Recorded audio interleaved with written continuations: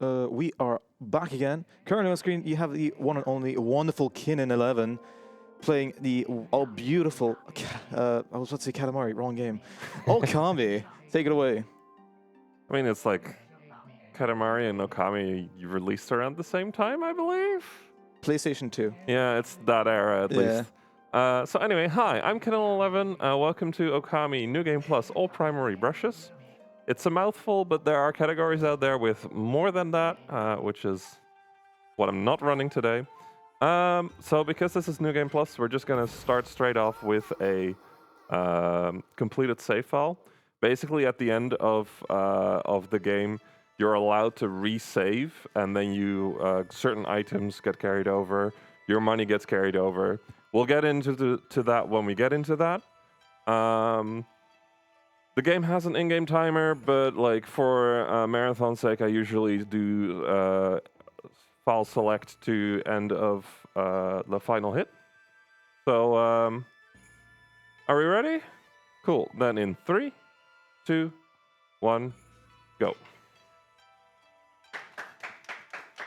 So, right off the bat, we're going to be skipping about 12 minutes worth of cutscenes. I am playing on Japanese, so it's 12 minutes rather than 14 minutes, which is nice.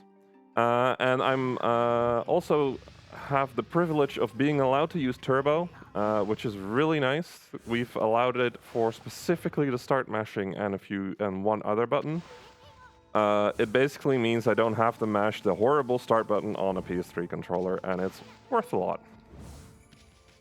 At the start here, we're going to go through a little bit of a tutorial area. The game just kind of explains you what the basic principles are and how to move around. We're actually going to skip like one little cutscene right here by doing this. There we go. And what you might notice me doing is I'm jumping into cutscenes and then doing weird movement like that. This allows me to keep my speed through cutscenes. It's very useful, and we'll be doing it throughout the entire run. It saves literal minutes. Then right here, we're going to be using what's called the brush. It's the main gimmick of the game.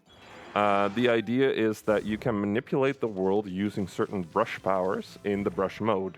And when you're in the brush mode, the game also pauses, and that's kind of nice. So right there, I use a brush power called Restoration. It basically allows me to restore things that are broken or missing. In this case, it means that I get a river where there was none earlier. The idea of this category is that you have 13 missing brush powers, and you get all 13. And that's it. There's another category called just regular old brushes. That one you get all 13 brush powers, and any of the upgrades that they might have. Which basically makes it about 10 to 20 minutes longer of a category, depending on how much I can optimize this one. It's fairly unoptimized right now, but yeah. There we go. We're gonna go in here to get another brush power. So we got Restoration, and now we're getting Power Slash, which basically allows me to slash things. There we go. There you go. As a casual player, Power Slash is probably the main tool you've always used. It's in fights and stuff. It's a very useful brush power to have. And it's nice that the game gives it to you this early. We're not going to be using it except for like things you actually need it for. Because in New Game Plus, we're rather overpowered. There we go.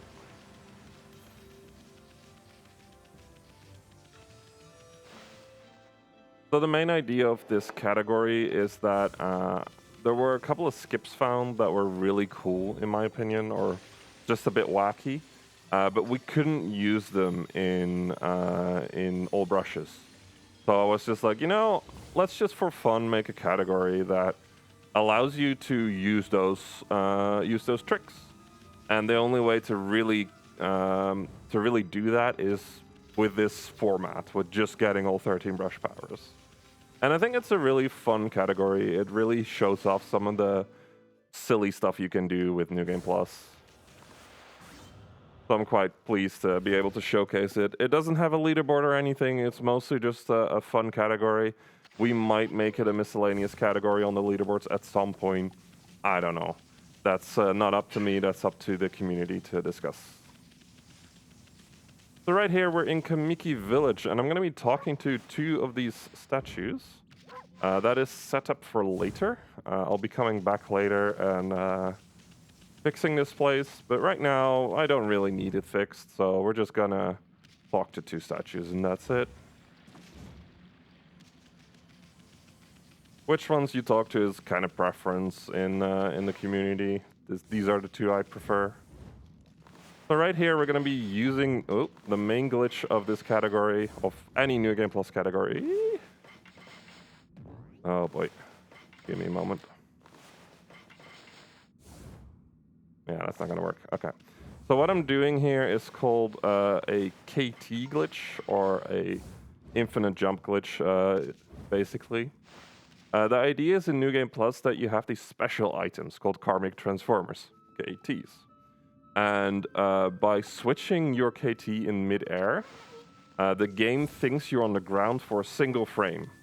In that frame, you can input a dash, and out of that dash, you can get a tackle, I believe is the correct word. And out of that tackle, you can jump. So by chaining those together, you can basically just keep jumping forever. There are a few more rules around it. We'll get to that when we get to that. But for now, that's enough on that one. And it's basically like the basis for all the New Game Plus categories. And also the reason why I'm running this on the PS3. Because on the newer versions of the games that were released in 2017, it's been semi-patched.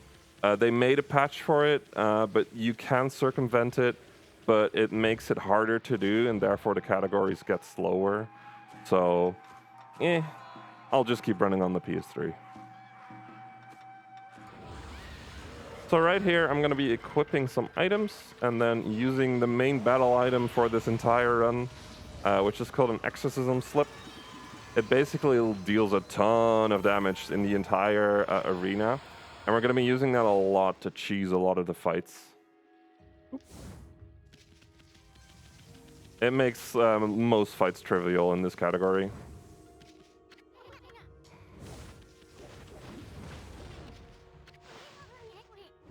There we go. I also equipped some weapons. They're late game weapons, and they basically just deal a ton of damage.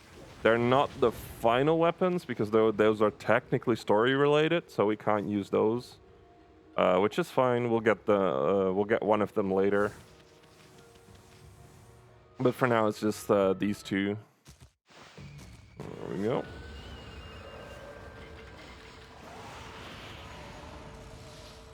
I'm gonna drink some water. Ooh. That actually flicks into the microphone. Sorry about that one. So right here, we need to use Sunrise, but we don't actually have Sunrise yet. And there's supposed to be like a nice animation here, but instead it's just a circle and disappears. For some reason, when it comes to story-related things, the game just allows you to not have Sunrise. And that's nice. We use it in any percent a lot. In this category, we do eventually get Sunrise. But yeah, it's a nice little thing.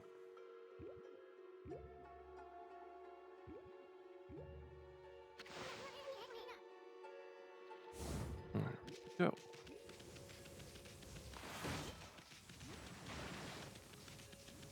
So right here, we're going to be doing a fun little minigame. It's one of the Susano minigames. Basically, a bear has invaded his secret training area, and we need to slash all these things, torches, I believe, whatever, for some reason. And then at the end, we get to slash the bear. Luckily, the bear is made of quite stern stuff, so he just keeps sleeping right there. And we get this ball, which is the worst thing in the entire game. Well, not the worst thing, but it's really annoying. The collisions are a little bit too precise on it, meaning that sometimes you can just veer off in weird directions. This was actually a really well done ball for my standards, so I'm quite pleased with that. It can get really tricky. And here, another sunriseless sunrise.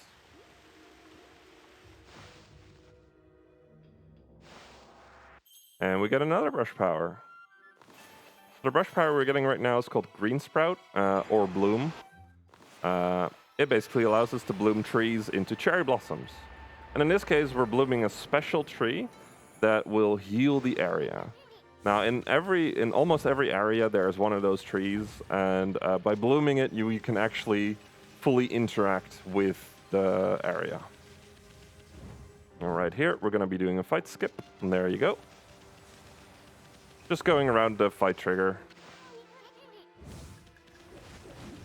It's a really easy one. It saves a good amount of time, so I think like 15 seconds or something, because there's a little cutscene of like, oh hey, there's a new enemy. And over here we got the campfire fight again, but once again we can just run around it. Some of these like triggers are weirdly placed, or at least placed in a way that you can just run around them, which is nice. And then we're going to go into Shinshu over here, and we are going to bloom it.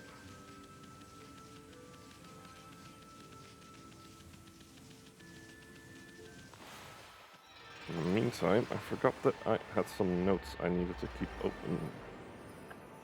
There we go.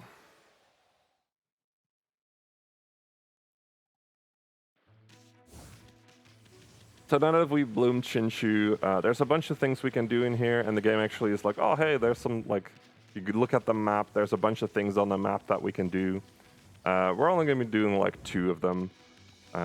Everything else can just fend for itself, it's fine. So we're going to go down here into this little hut. It's the hut of the priest of this area called Mika. And he has a problem. There's like these really strong monsters around, and he wants to get rid of them. So he gives us a list, and we get to fight them. And that is a terrible spawn. That's the worst spawn you can get. Lovely. So I'm going to use a flip for this one.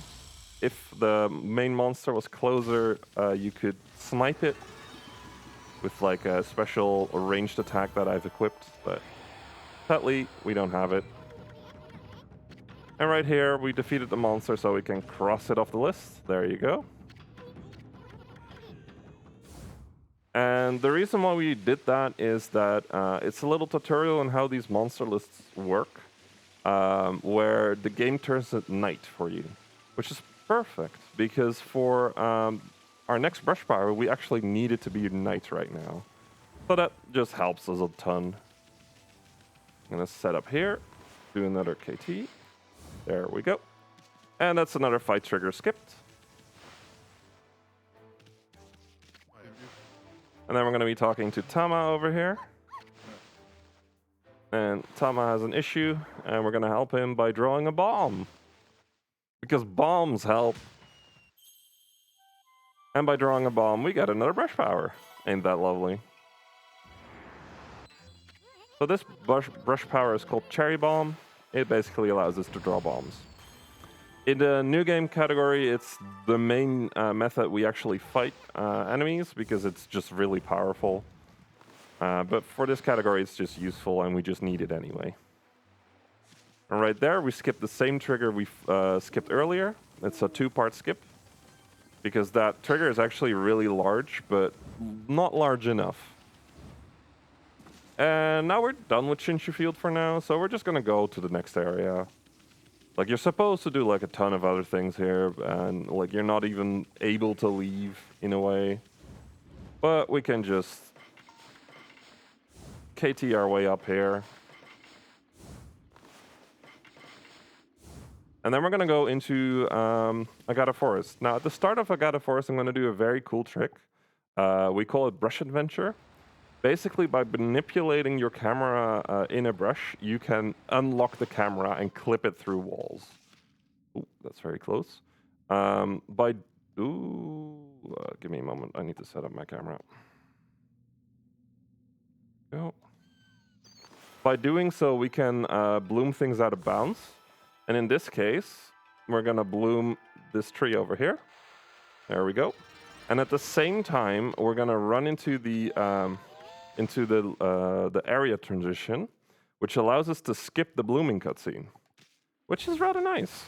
It saves a solid 10 seconds, I believe. Mainly due to movement we don't have to do. Because when you bloom that tree, it would spawn you down at the tree. But we don't want to be at the tree right now.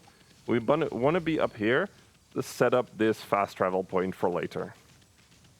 And that's just a nice little trick to make sure we get that. And that's really the only thing we need to do in this area for now. So we're just going to go straight ahead to the next area. Just a lot of this is set up for later. And over here, we're going to be jumping over this river. Oh. So KTing over water is technically not possible. The way you do it is in a different method, because you're technically not allowed to jump above water. But the way you do it, is you do a tackle right above the water. Then you switch KTs, and by switching that KT when you're doing that tackle, it allows you to quickly jump right there. I'm not exactly sure how it works in game code or whatever, but it just works. It's a really neat trick, and it's the only way we can really KT above water. There's another way to KT above water, but then you need to be so high that the water doesn't exist anymore. But that's something for later. So right here in this area, we're going to be using the cherry bomb to get into this tunnel.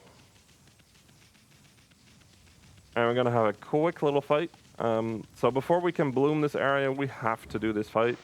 There's there's a flag that prevents you from doing it.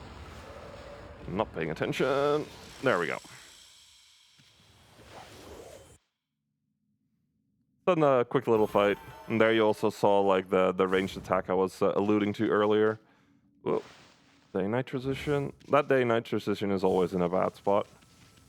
It is technically possible to bloom the tree before that day and night transition, but it's really difficult. That's like gold level split pace. So right here, we're just going to KT a little bit upwards and then bloom the tree from a distance, rather than going all the way around. But before we could do this, we had to defeat the Waka over there. And now we are in Taka Pass.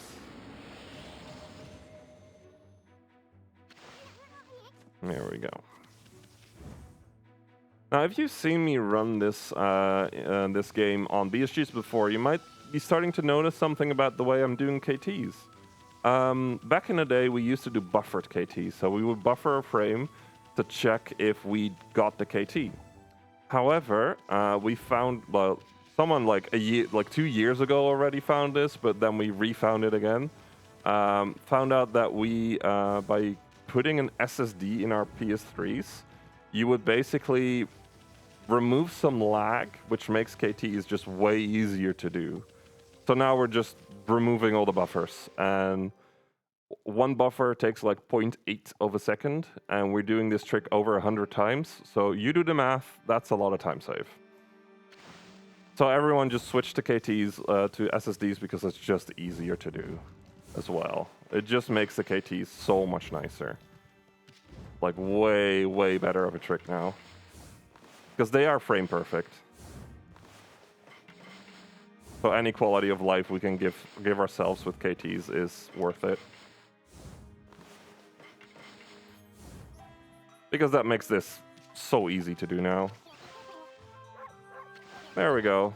We broke into Sasa Sanctuary. And we're gonna go our next brush power. But before we do that, we got a cute little mini game here. This is a digging mini game. You spawn in with a partner, and you need to get that partner to a specific spot at the bottom of this this area, basically. And you can use any brush power you want in any way. Oh, I missed them. There we go. And I happen to know the exact spot. It's always the same spot. It's not random or anything. And then here, we just dig through. And in this case, we were digging up a hot spring. And by digging up the hot spring, we get a water type ability. Ooh, missed that one. There we go. So this is water spout. It allows us to manipulate water like this. And like this. Make pillars of water we can stand on. It's honestly just one of the brush powers that's required to be able to continue a little bit later. There we go. And now we're going to escape Slasa Sanctuary again. Whoop. Oh, no, no, no, no. Oh, no. I'm already out of bounds. This makes life a little bit more difficult. Come on. Just trying to save this. There we go. So that's the nice thing about this game. Floors don't have collisions on the bottom. So if you clip, you can just clip through them in case you fall too low. It's always a nice save. Otherwise, it would take me like 20 seconds to fall all the way down before I void out, because the areas are very tall. We're going to be abusing that a little bit later, by the way. So now we're done with Taka Pass as well. We won't be returning. No, we won't be returning to this area anymore. And we're going to go straight to City Checkpoint. So right there you see a giant bridge. It is raised, so we cannot get over it. The only way you could get over it is like by having a specific brush power that we don't have yet. We'll be getting that later, but we're just going to skip it. So we're going to swim through to the other side and go into this corner. Because if you go into a corner, it automatically jumps.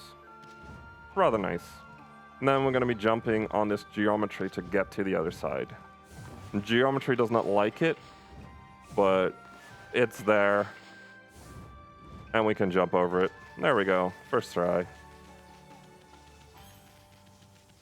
That trick is looks trivially easy on New Game Plus. It is decently easy to do.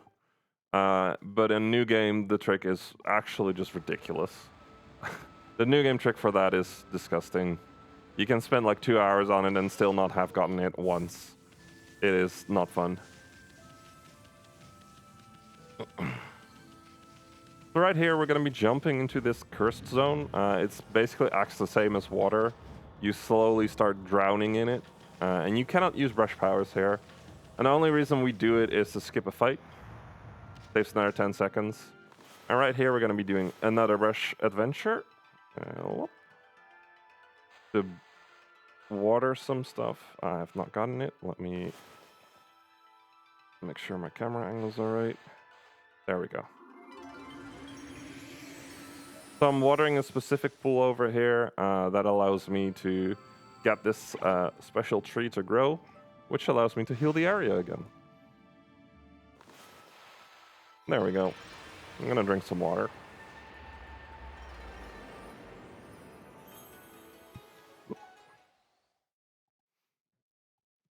Yeah. So earlier I mentioned that most of these areas are very tall. The reason for that is that interior areas are usually below exterior areas. So what we're gonna do right now is we're gonna be jumping out of bounds. Oh, didn't get too far. Nice. And by going to a very specific spot, we're going to be able to fall into an interior area that is below this exterior area. Should be in the right spot. There we go. So this is the dojo. The dojo allows us to learn special techniques. We've already unlocked a few thanks to New Game Plus, but there are a couple of story-related abilities that we cannot use yet until we go here, and one of those is very obviously double jump. If you have double jump at the start, you can just the game is just completely broken open. So they made sure you don't have that until now. So like the first like little part of this run is usually get to double jump as quickly as possible. There we go. And now we're going to be doing a little bit more setup. Oh, skip that one. And go on to the next area.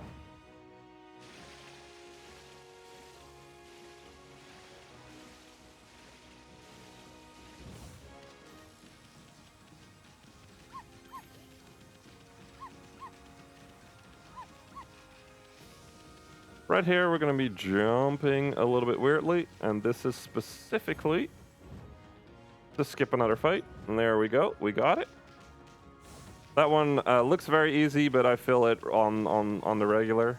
It's like 50% consistency for me. It's not a big time loss or anything, but yeah, it feels a bit silly. So anyway, welcome to Sion. It is the city of this area, and it is quite cursed. Got this mist that is slowly but surely killing people. It's not fun.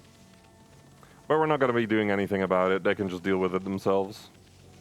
They'll be fine.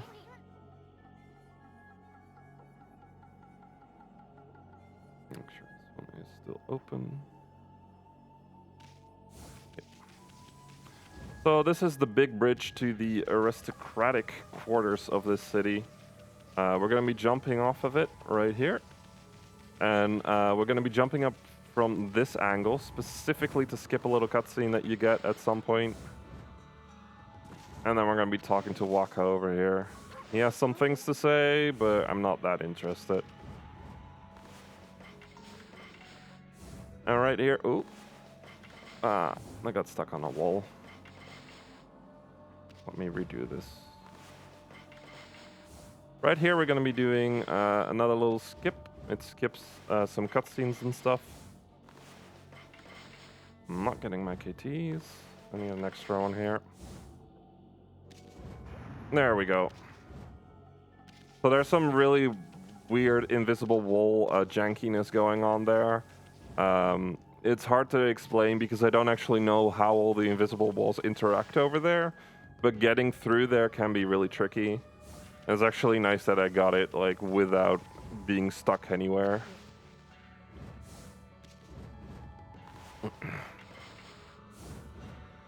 So right here, we're gonna be breaking into the Imperial Palace. And I'm having a little bit of KT issues. For some reason the KTs always feel different here.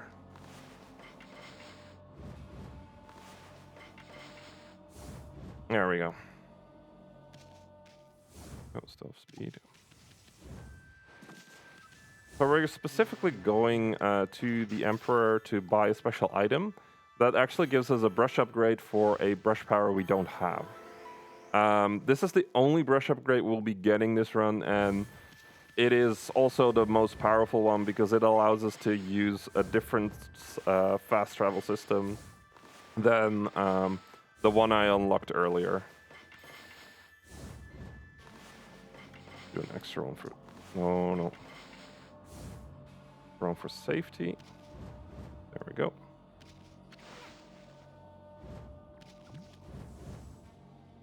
Now we're going to be grabbing these prayer slips over here. And we'll be giving them to the person we skipped earlier. We skipped her because she has a lot of things to say that we're not that interested in until now. And it's also just set up for later.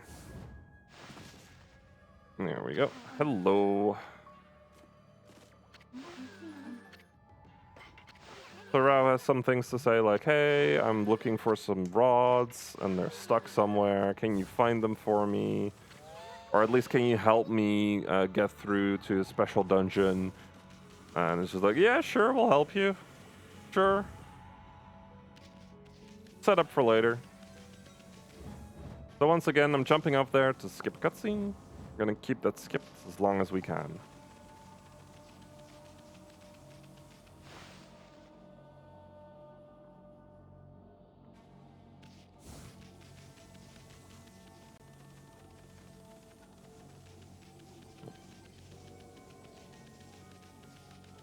And then we're done with this area as well.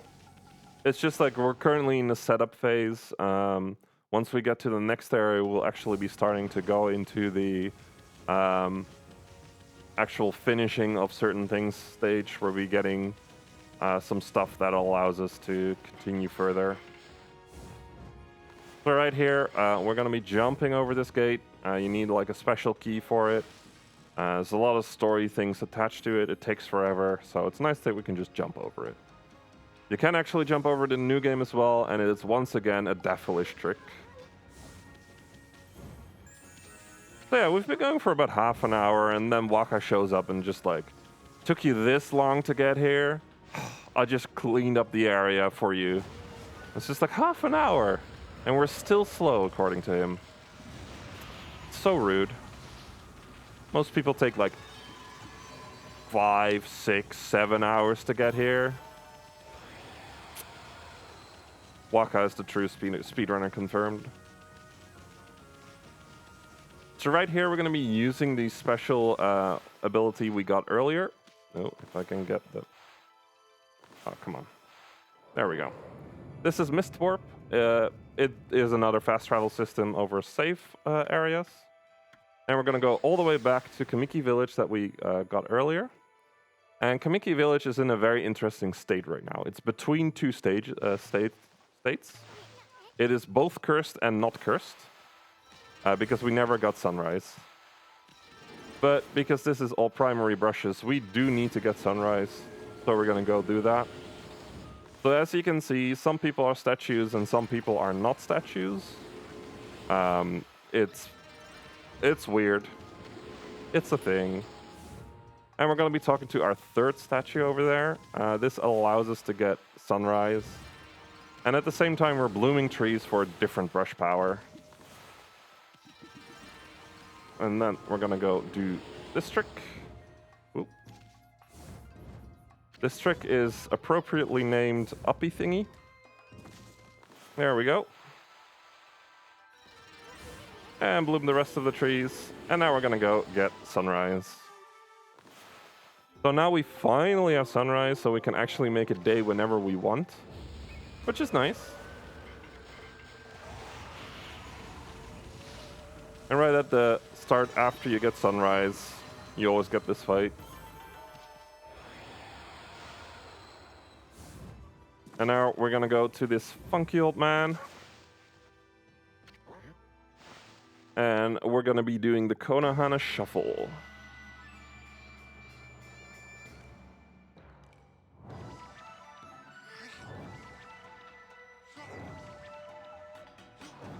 So during the Konohana Shuffle, we get to do these little buds.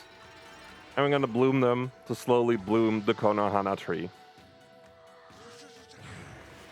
Which I believe is like double. It's like tree in a way. I don't know. My Japanese is not that great.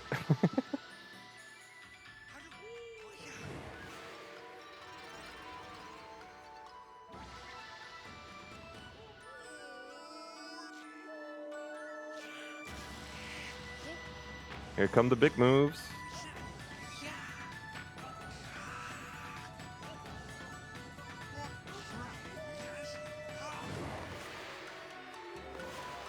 So that sunrise over there is completely unnecessary, but it does make this pretty picture. It's a little swag.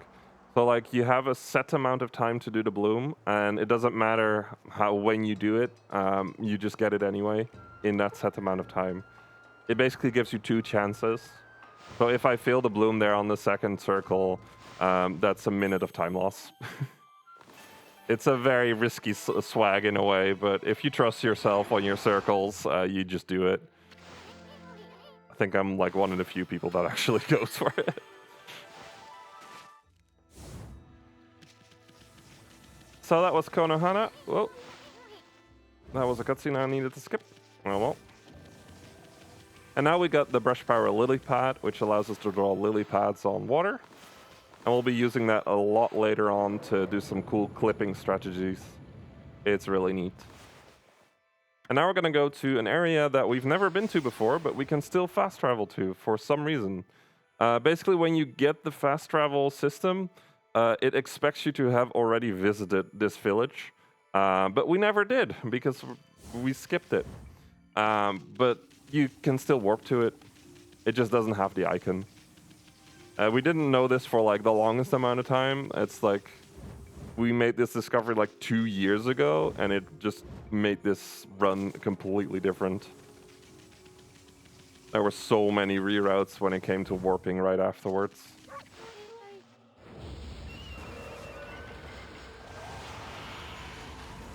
There we go. Anyway, this is Kusa Village. In Kusa Village, we're gonna have to do a little bit of a side quest. This is specifically to allow us to get a brush power later on. We wouldn't be able to get the brush power without starting this side quest. So right here, we've got Priestess Fuse, and she's missing her dogs. So we have to find them for her. Her dogs are also like very powerful warriors. You actually, in the game, you can fight them, and they are probably one of the harder fights to do. It's fun. But right now, we have got to feed 4 of them in this village. And luckily for me, when it comes to New Game Plus, for some reason, the items that allow you to feed animals get carried over.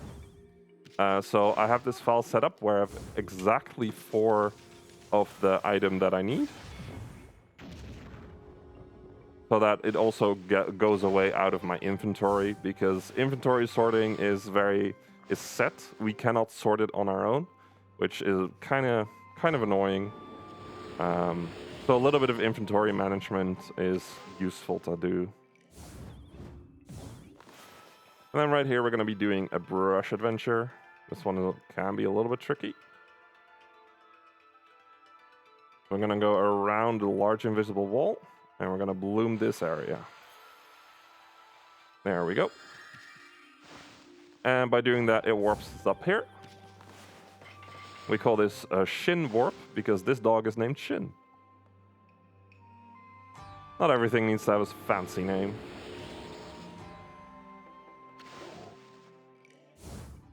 And so for the next dog, I technically don't even have the brush power that allows me to go up to it. But luckily we have this we've got this infinite jump glitch that allows us to just go up here. It's nice. There we go.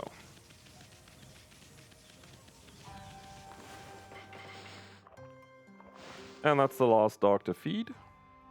And right afterwards, we're gonna go over back to Fuse, because Issen over there tells us like, oh hey, I think we got all the dogs.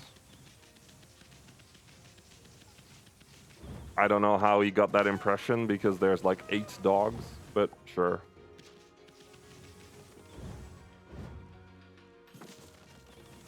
However, going back here, there is another dog. And this one is missing an eye. He's got a bunch of scars and everything. And he challenges us to a fight. So we say yes to violence, and we are going to go ham on this dog. And that's the fight.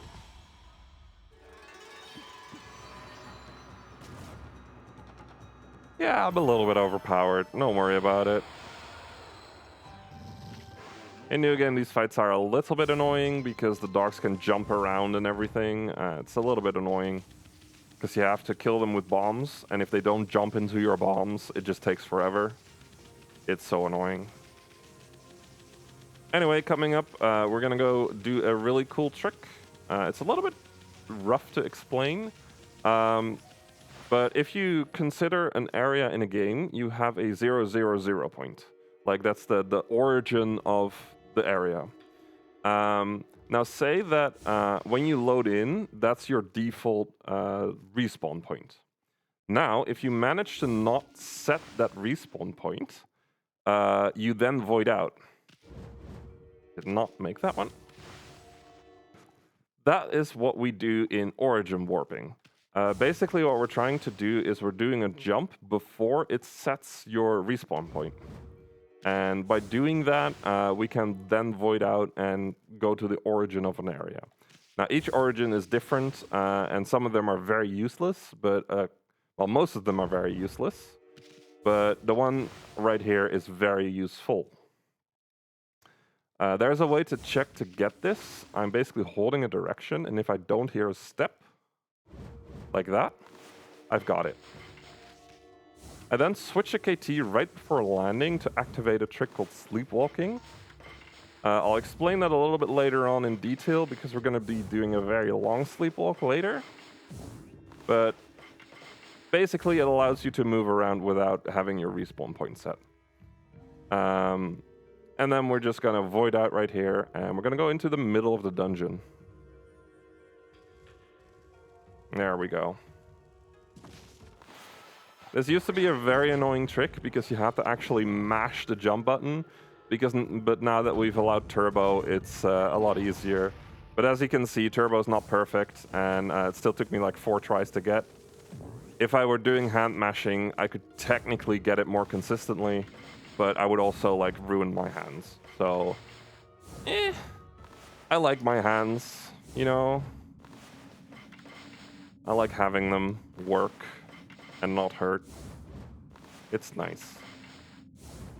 Accessibility in gaming is important.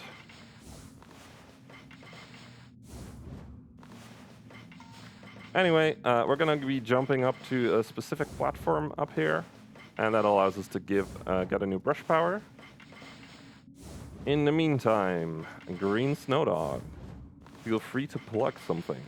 Yes. So, for anyone here who's woken up, good morning, first of all. But first importantly, we are raising money for Mind, which is a nationwide organization committed to prevent mental health issues and to support everyone who is dealing with mental health issues themselves or within their family. So all the donations going from you all and then the subs as well will all go to Mind. And if you want to donate to it, I'll post a link in chat. Awesome. So right here, we got Guildstorm. It basically allows us to blow wind around, you know? Quite easy. You have to do like a little loop for it. And sometimes that loop gets recognized as a circle, which causes you to draw sunrise when you don't want it to. A lot of people find it very annoying. The brush recognition system can be a little bit janky sometimes. But hey, what do you want from a PS2 era game, you know? We don't got like nice like artificial intelligence to recognize everything perfectly or whatever. It's just code. So right here, I'm gonna be moving a bit weirdly to the right. This is once again to skip a cutscene. There we go, we got it. A lot of weird movements sometimes to skip triggers.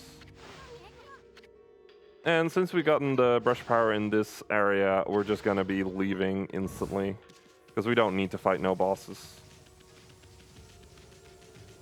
In a way, you could call this category as well, like, as few bosses as possible. It's kind of fun. We skip all of them except the ones that we literally cannot skip. So if you came here for a lot of boss fights, I will have to disappoint you. I mean, it's a dog game. Hard to be disappointed. True. I even have a dedicated bark button. Beautiful.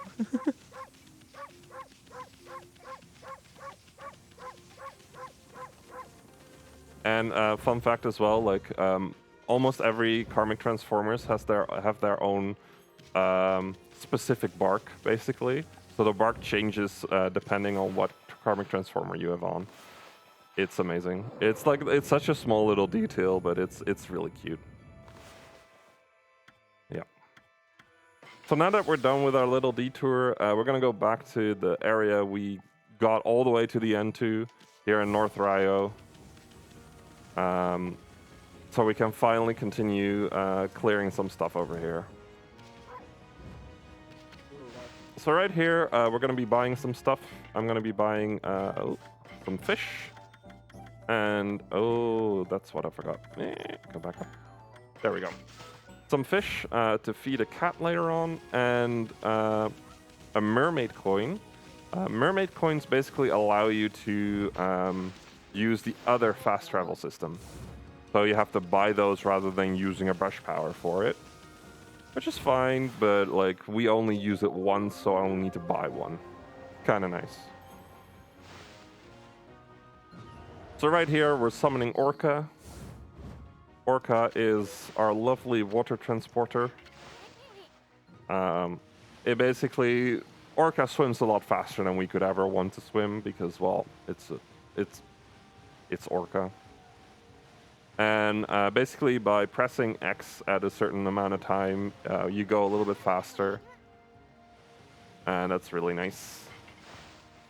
Orca also provides us a platform above water, so it allows us to use KTs above water in a way. Although you're technically above Orca, so yeah. This is a Catcall Tower. We're going to be climbing the whole thing, because there's a cat in need up there that needs feeding. Very important to feed your cat, or all your pets, really. If you haven't done so yet and it needs to be done, this is your call to go feed your pet, because this is kind of boring. I like to call this the thumb crusher. Basically what I need to do is whenever I want to attach to the wall, I need to press the X button, and then to jump, and then again to jump off of it, I need to press it again. So I'm basically double tapping X every time I get to the wall, and then steering away from it to get a double jump to make it a little bit faster. But this is just absolutely terrible for your thumb.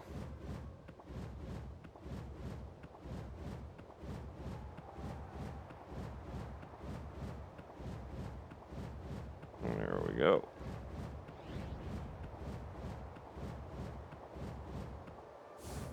Also, fun fact, you can tackle off of these walls for whatever reasons. Japanese runners showed us that was possible. That was kind of nice. Makes that little bit like a nice little reprieve from destroying your thumb. And right there, we skip a little cutscene because skipping the going through that cutscene is faster than going to a little cutscene at the top here. And now we're gonna get up this spiral staircase by skipping some levels, if I do it correctly. If I did not. There we go.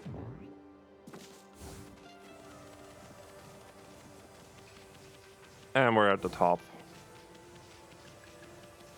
And in a moment I get to finally relax, hold my hand a little bit. Oh.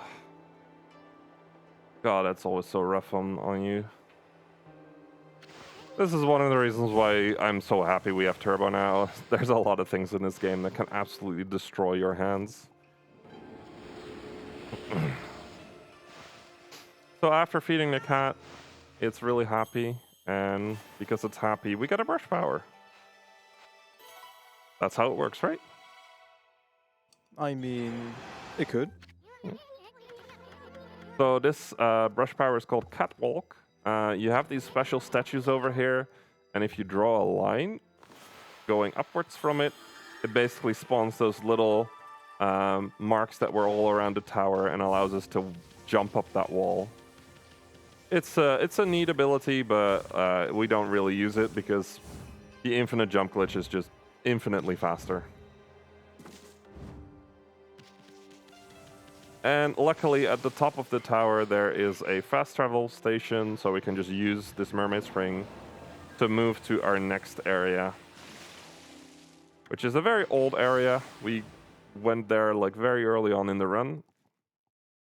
We're gonna go back to Agata Forest and finally clear some things here. So right here we're gonna be filling this in really large bucket full of water. It takes 3 water spouts. And that wonderful lady over there is going to make amazing sake with it. We never get to drink it, sadly. And we got to do another little Susano minigame here. Yeah. There we go.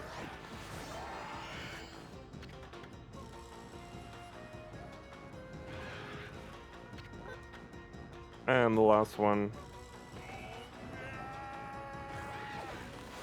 There we go. And then right after this little thing, we got the canine tracker. You might have noticed it during the feeding of the dogs earlier, that this one appears. This is why we had to do the feeding of the dogs to get this one to appear. And now we're gonna go over here into this fishing minigame. Now, we've supposed to have already done one fishing minigame, but we skipped it earlier. So we're gonna be doing it now, and that causes a few interesting twerks. Not twerks, quirks. Wow. Had some coffee, but apparently not enough. Anyway, in this fishing game, you basically have to hold the stick on the opposite side of where the fish is moving, and that way you pull it closer. And then with a button, you can get it to appear. So the interesting part about this fishing minigame is that because this is the first time we're doing a fishing minigame, it's gonna give us the first reward. It's gonna give us the first fishing minigame. However, we've also triggered the second fishing minigame we have to do here. Oh. And because of that, we're going to be getting the rewards for both of them, which is pretty cool. And also, the first fishing minigame is faster than the second one, because we only have to do 1 slash here rather than 2 slashes. And that is a whopper of a salmon. I will never stop making that pun. If you know, you know. Anyway, so right here at the end, we're going to get the crescent brush power. The crescent brush power basically allows us to make it night whenever we want, rather than day. It's kind of nice. It's basically just this little squiggle. And right here, we got a dog challenging us to a fight, but this time we say no to violence, and we keep going. And we also have the key to the next dungeon in our mouths, but it's useless, so we're just gonna drop it. Because we got a really cool trick here that's found decently recently. I'm gonna set up my camera. So I'm gonna draw a tree here. And ta-da! It basically pushes me into the wall in such a way that I go into the loading zone of this area. And allows us to skip having to use the key or KT all the way over. It's a neat little trick that saves a couple seconds. And I'm very happy I got it first try. I'm really bad at it. There we go. This is Tsuta Ruins. We're going to be skipping most of this dungeon by KTing up here. It takes like a long time for you to get here, but we just jump up here and go do these little fights. So basically I have to clean up the river before a loading zone appears, and to clean up the river I need to make some pots appear, and trying to make the pots appear I have to make these fights disappear. That's basically how it works.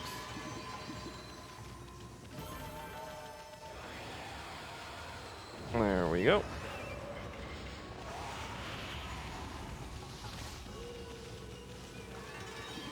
Do we have a quick moment then? Yeah, sure, go ahead. All right, we have a $10 donation from Eternal Darkness here, asking you, Kinnin, what is your least favorite karmic transformation, and a detailed explanation of why? I have some stuff to explain in a moment, and then I'll explain that one. You've got that one for me. I'll explain that one for you, Darkness. Also, Darkness is a runner. So right here, there's a cutscene. I didn't skip it. It's like a one-frame trick to skip it. Usually you would mash for it. It's more consistent than using the turbo controller, but I didn't feel like mashing for it. So my least favorite karmic transformer is the large, or it's like the little fat one basically, and that's not because it's fat or anything. It's the size of it is fine. It's a very cute dog, but the bark is absolutely terrible. It's got this really high-pitched yelp, basically, and I really dislike it. And it's a bit of a meme in the community. Care to show it off? Sure, I can quickly switch to it. Where is it even? Oh, it's all the way over there. Well, it wasn't even in my list right now. I usually have like a couple KTs. So this is the Yelp. I can get some people find it cute. I just find it annoying. That's me though. And now I'm stuck with it for a while because I don't have any KTs coming up in a bit. Damn you, darkness. L eternal memeness.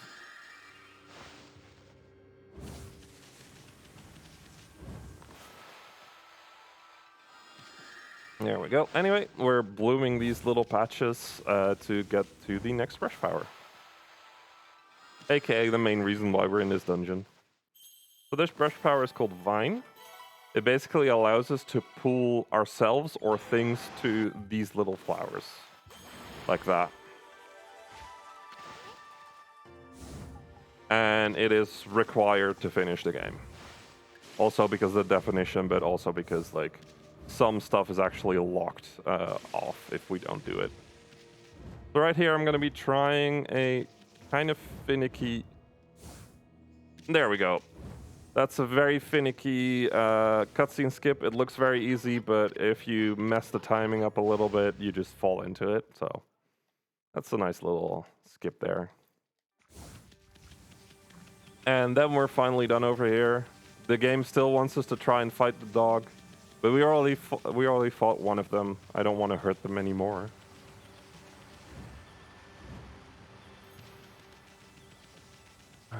Yep.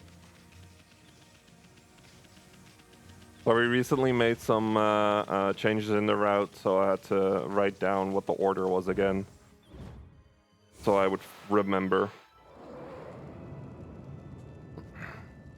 So right here we'll be going to back to Shinshu Field, and we're gonna go into our next dungeon, which is one of my favorites. I used to absolutely despise it, but now that I've gotten a little bit better at KTs, it's actually a ton of fun to do. There we go. We're gonna go over here, and we got this giant Tori, or whatever. I'm not sure how to pronounce it properly. And in this gate is a loading zone. I wonder where that leads. We got this big open space, and suddenly there's this monstrosity. This is the lair of one of the big baddies in the game. It is Moon Cave. And there's like a really big barrier that you would have to get across. Now, we could have gotten the thing that allows us to go through this barrier, but that would require a boss fight, and that takes too long. So instead, we're just going to be doing some KTs. That's one. Ah, damn. Let's reset that. One. Two. Damn it. Oh, no. 2.5. Okay. I'm gonna be losing count, so I'm just setting back up. Give me a moment. 1, 2, 3, 4. There we go. And we just fall into the loading zone that allows us to enter the area. There's no real reason why there should be a loading zone over there, by the way, because the way you enter it normally is through a cutscene, so you don't actually need a loading zone, but for some reason it has a loading zone. It's nice. So now we are in Moon Cave. Well, technically not really a Moon Cave. This is the Calcified Cavern. It's like the underground entrance to Moon Cave. And there's these two imps that won't let us through unless we like grab a mask and we draw on the mask, and they think we're a really cool imp. But that takes too long. Could have made it a donation incentive or something. That would have been a fun idea. Oh well. Anyway, we're just gonna go out of bounds here. Whoa. There is a void plane over there that I need to avoid.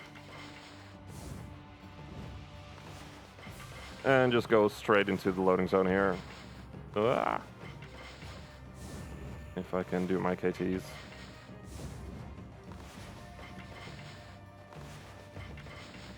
Oh, no, no, no, no, no.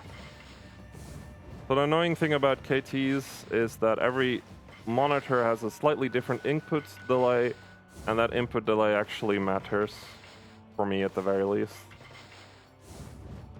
And the one at home has a different, I'm not sure which direction, I think a higher input delay.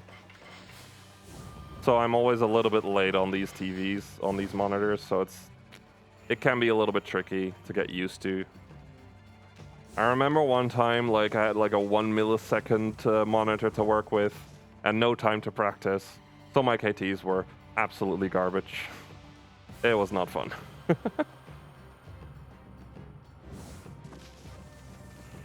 So right here, we're now in Moon Cave, and we're gonna be sequence breaking it already.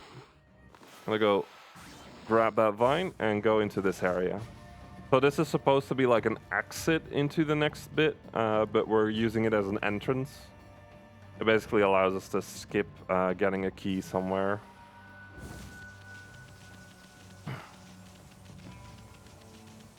And we're just gonna be jumping into here.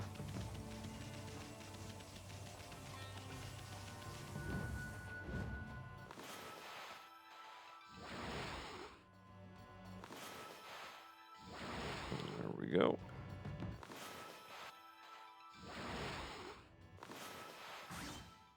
There we go. So I cut that one during the flight so that I still move during the cutscene. Saves a little bit of time over cutting it later.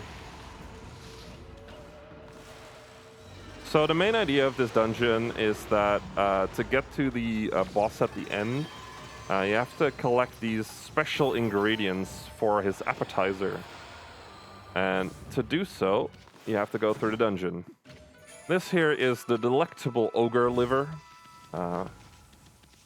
Can't be missed in any good appetizer. A good old liver. And there are 3 more ingredients we need to collect, so we can progress. But the coolest thing about most dungeons is that they all exist on the same map. And the cool thing about the Moon Cave is that the ceilings don't exist and the walls don't matter. And look at that, we're out of bounds.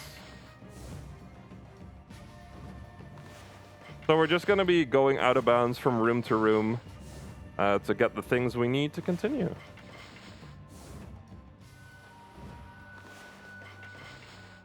There we go. Now we're in this room. We're gonna be jumping over this door because walls don't matter. There we go. And into this little area. So there's a frozen statue of a phoenix here, and this ice wheel with a giant mouth is the reason for the ice. So by defeating it, the statue will, the ice will melt on the statue. And we get a new brush power. So this brush power is called Inferno. It basically allows us to control fire in the same way we've controlled water. Like so. And that's the main reason why we went into this dungeon. Getting out is a little bit trickier, but we'll get there. So once again, there's an actual bit of ceiling here, so I need to be a little bit careful. There's also a fight down there that I do not want to trigger. Yeah, there we go, there's the ceiling. Yeah. What a feeling, dancing on the ceiling. There we go, now we are properly out of bounds. I'm gonna go KT to a little flower over here. And there we go. And this is a really nice little flower because it has a bouncy effect. And that allows us to get really high to get up to this flower. And then we're gonna try and... Nah, messed that up. Gonna try and get to this flower now. And continue on in our out-of-bounds adventure.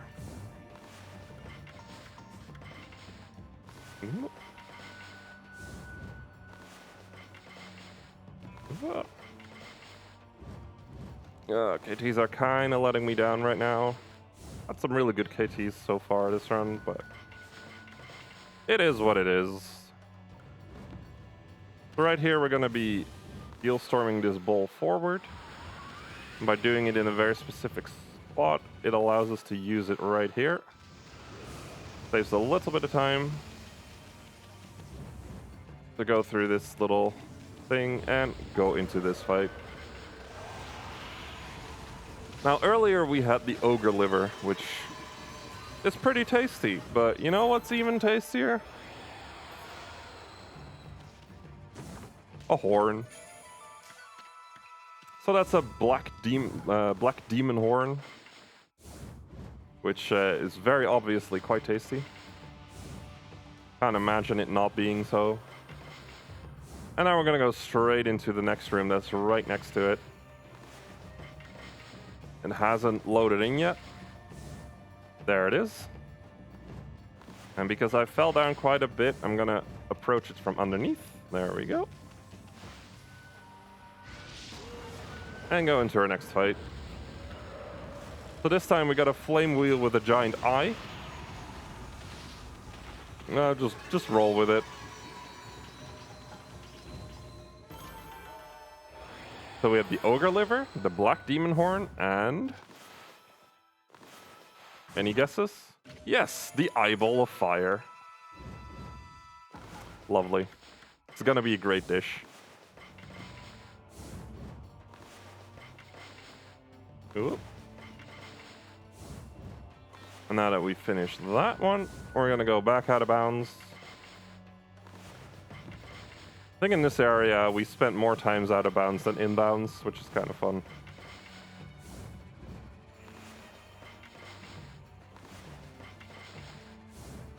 Especially if I'm having trouble with KTs. There we go. And there is the kitchen.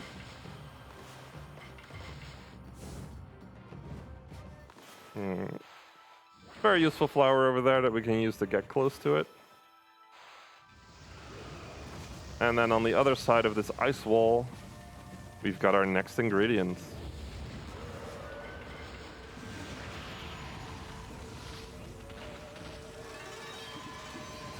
So we have the ogre liver, the black demon horn, the eyeball of fire, and now we're getting the lips of ice. A very tasty dish. However, the chef is sadly locked into his own pot, so we're gonna have to free him. Oh, look at that poor dude. I wonder how he managed to stay alive for that long. We're gonna talk to him, and he's gonna be like, "Oh, you got all the 4 ingredients, cool. I'm gonna make the appetizer." And now we're gonna have to ring the dinner bell, and we're gonna have to ring that 8 times. 2, 4, 5, 6, 7, 8. And this is the only big break in the run where I can actually stretch. So if you have anything to say, feel free to do so. All right. Well, as this is a big break, let me tell you, there are still some bid wars or some goals that you can do or reach towards during today with your donations, such as a story about my uncle. There is still the category choice that you can find which one you want to collect. So the categories you can have any percent bind fling. That's what it is. And all collectibles bind fling. Currently, all collectibles bind fling is at €20, while any percent has nothing. But you can still change that. Cool. Anyways, that was the break. It's that's the biggest break you get in this run, sadly. So right here, we are at the boss fight area, but we're gonna be doing some out of bounds jiggery pokery. I'm gonna be going out of bounds in a specific spot. I'm going up specifically. There we go. So there's a loading zone there for whatever reason, and it warps us back to Kamiki Village. This was found a while back when we finally got to data mine the PC version. It was in the addresses like for exits, and someone was like, "Hey, where does this lead?" And they put themselves there, and it leads to Kamiki Village. I made it look very easy to get there. There's a very specific setup for it that it took me like a year to properly find. It's basically around like twice the size of Amaterasu, so it's really difficult to actually get in it. But yeah, it's a really cool little trick, and it allows us to skip a boss fight. Now, the reason why this is it's actually the main reason why I made this category, because in regular old brushes, this trick is not possible, because there's a specific story flag you need to progress in old brushes. But in this category, we don't need that story flag, so we can skip the fight. And it's a really cool little trick. It's probably like developer oversight or something that loading zone is over there, but it's useful. I like it. And now we're gonna go on to the next arc of the story. So we're gonna be drawing a star here, and this dude is wishing for a specific galaxy to exist. And there it is. Look at that. Ain't that wonderful? But there's one issue with that galaxy. It's not spinning. So we're just gonna get some wind, and that'll make it spin. Look at that. Ah, that's perfect. The Whirlpool Galaxy is spinning. That's totally how fast, like, that goes in real life. And hey, we got a whirlpool in the water now. Ain't that useful? Oh, whoop. So by summoning this whirlpool, we can go into the next dungeon. Well, it's like an area with a dungeon attached to it. We're gonna go into the Dragon Palace. In the Dragon Palace, they have this really cool water dragon, but the water dragon has gone a little bit berserk. So we're gonna be going into the water dragon to see what's up. Let's see what the sickness is, and hopefully get rid of it. But of course, we're not gonna go in the usual way. Why would you?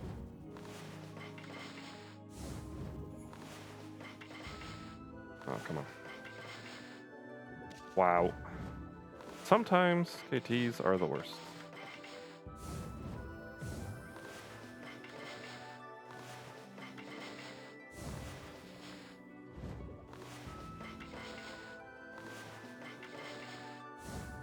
That should get me over.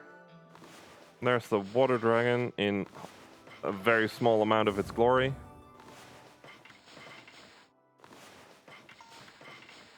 Oh, come on.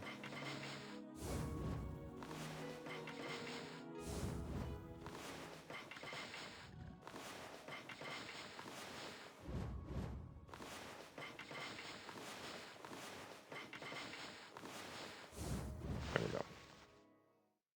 So, going into the water dragon, we're going to be doing something very cool. I mentioned it earlier. We're going to be doing a sleepwalk.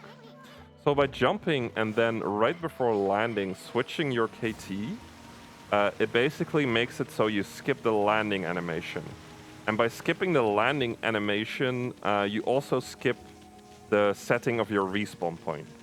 So now for the entirety of this dungeon, we're going to be trying to move in such a way that we do not set our respawn point away from the start. So every time I land, I have to switch to KT to make sure I do not set my respawn point. It is a little bit tricky. Especially on this jump. You can't actually see it properly.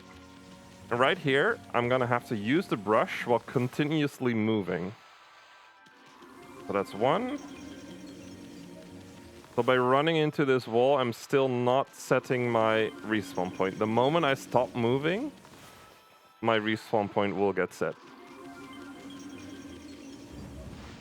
There we go. And we jumped right at the end to make sure that I wouldn't stop moving. So right here, we're gonna go into this fight. For some reason, in this area, your respawn point will not get set, which is nice. And we're power slashing these enemies right after killing them to skip a very slow death animation. So again, in this area, your respawn point does not get set, and then we just have to KT out.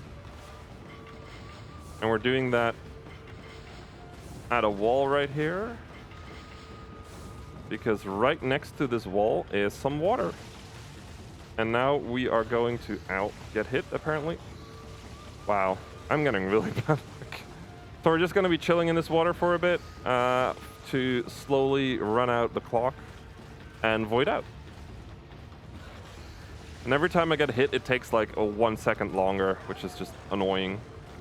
And if I did everything correctly, I'm spawning right back at the exit of the area, which is pretty neat. Saves like a solid amount of time, and it removes one luck element in the game. So it's a really nice little trick. The reason why, by the way, why we call it sleepwalking is because we're like, yeah, Emmy is sleeping during the walk, so she doesn't remember her new respawn points or something. I don't know what it was. It's a fun name, I think.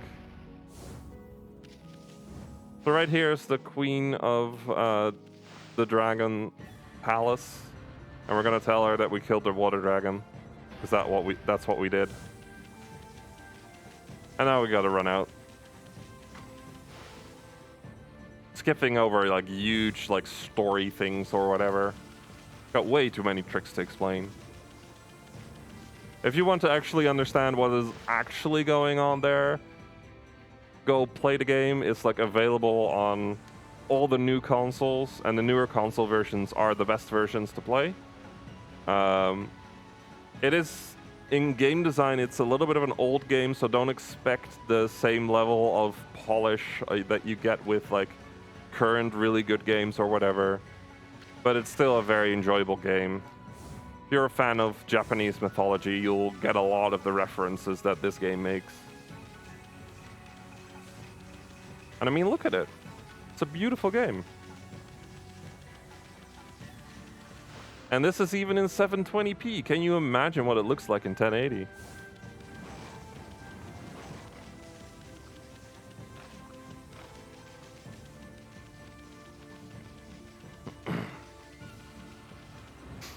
So right here, we're gonna go to our next dungeon. We've got dungeons up the wazoo. And this one we set up earlier by talking to the lady. And the way you usually get into the dungeon is by drawing a crescent, and that like drains the water, so we can get into that shiny area on the left. However, there's a really neat trick we can do right into this little corner. So I'm going to be drawing a lily pad. And we're going to blow that lily pad forward. Oh. And by walking with the lily pad, we basically clip through the geometry there. So the lily pad is moving forward and I'm moving forward, and the speed gets like doubled or something. And because of that, we just clip right through. And that way we can go into the loading zone out of bounds. So the gimmick of this dungeon is there's these doors, and Rao over here can remove these doors for us. There's also like imps. And we're going to be doing another brush adventure over here. And we're going to be making the sun shine. And because the sun is shining, the water level raises. That's like another big gimmick of this area. And because of the position where we were while we're doing that, we actually get out of bounds. And we get to go KT right to the end of the area. Here we got a big face coming at us. There we go. Don't be scared. It's not real. It's only a video game.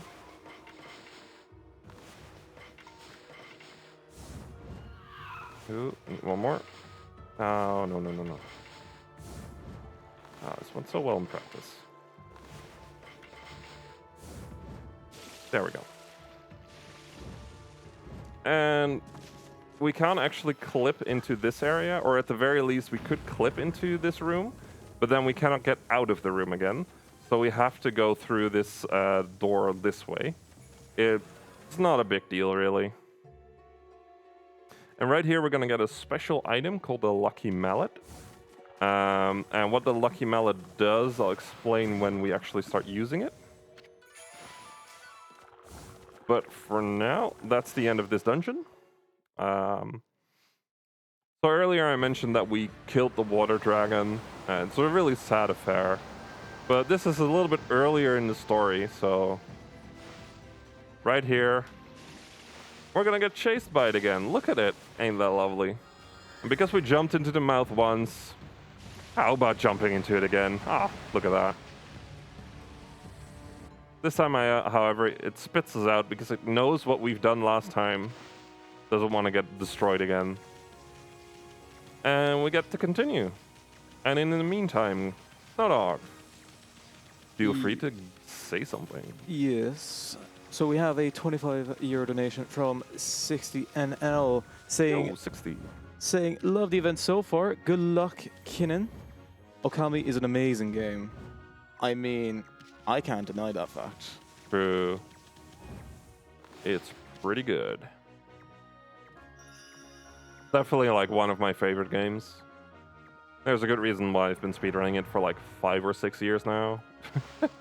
Also because like the community has grown recently with the new releases, and like new stuff gets found like every half year or something. It's really cool.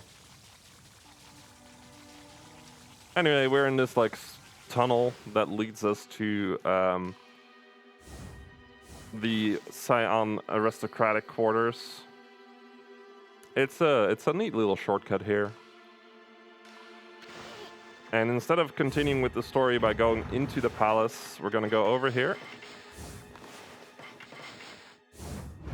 and KT out of bounds,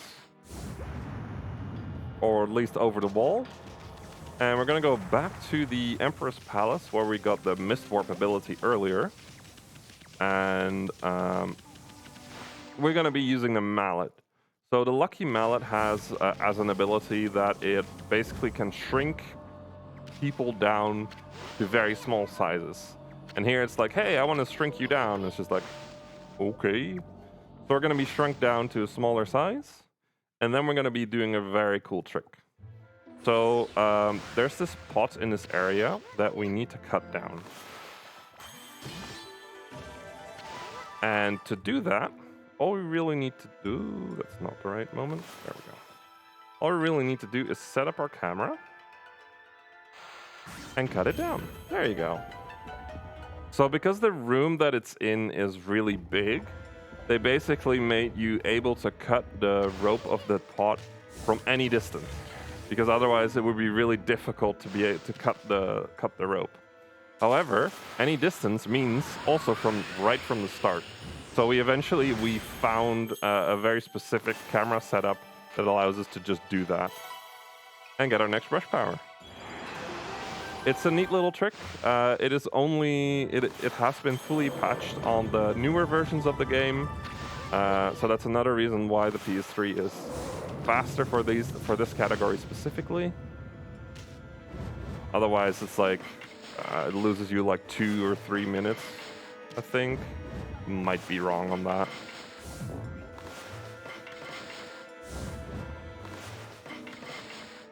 And now we're gonna KT out right here.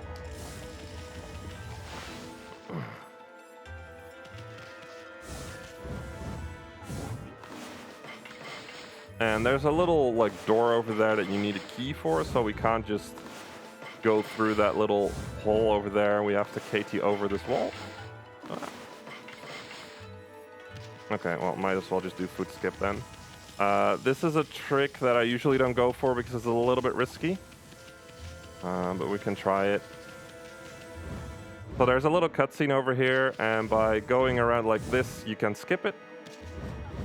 However, there's a couple holes in there that'll void you out. It's a big time loss. But you can skip the cutscene. It's a neat little trick. I usually don't go for it, but I failed the KT, so I was just like, meh, might as well.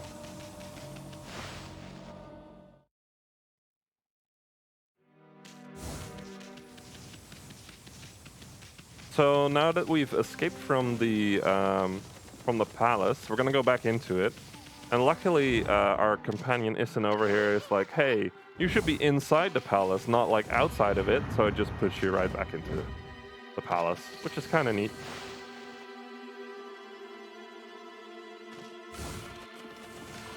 There we go. I got a small moment to drink some water.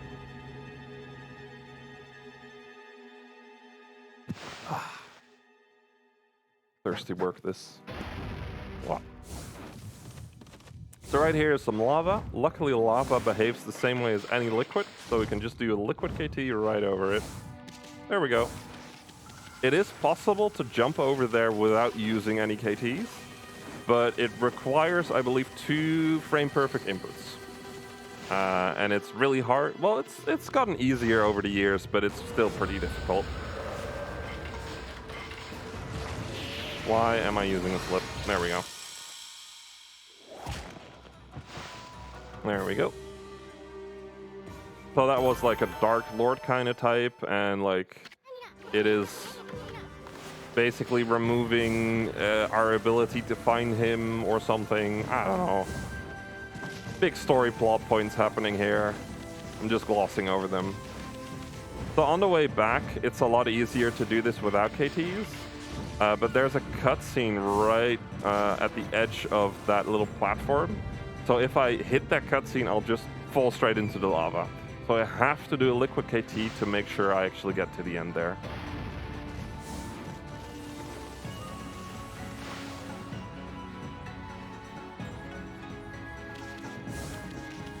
So right here, to skip past these guards, you would usually use mist or something. But because of our sequence breaking shenanigans, we sadly can't do it. Oh, I forgot a trick. Damn. Been practicing it as well. That was a cool trick there. Oh well. Yeah, so we actually have to just jump into them and talk to them.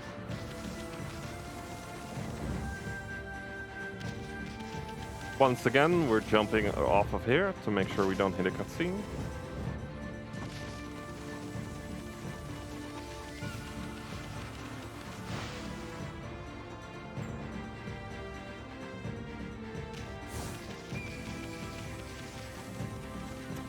So right here, I got an item in the shrunken place, but it interferes with my menu, and I don't like it, so I'm removing it. It is probably, if you would time it out, it's slower to do this, but it's a quality of life thing where I don't have to think about using slips in a certain way. And I don't mean to be rude, but can the conversation behind me die down a little bit? It's getting a bit distracting now. If you're gonna talk with full volume, please do it somewhere else. Thank you.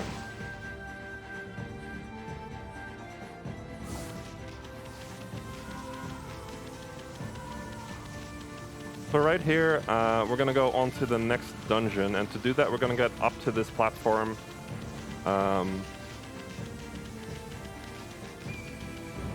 And we luckily don't have to use the game's intended method of using catwalk. Let's just go straight up. There is a fight trigger over here, but we can just jump around it like this and go onto this section.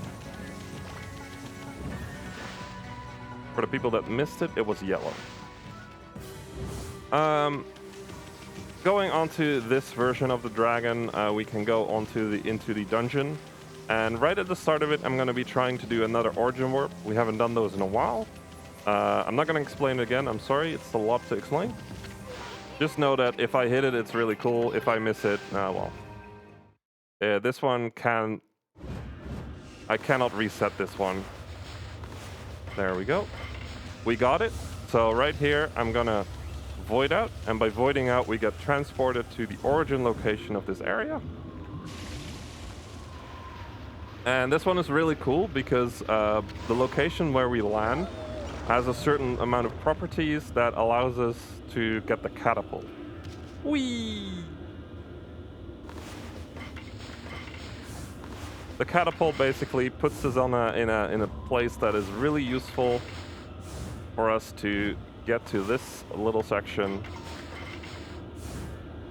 We have to do a few KTs, but it's not too bad. And over there we've got a statue, and we're going to restore on that statue. Oh, not close enough. There we go. And by restoring the statue, we get the brush power of this dungeon. It can go that quickly.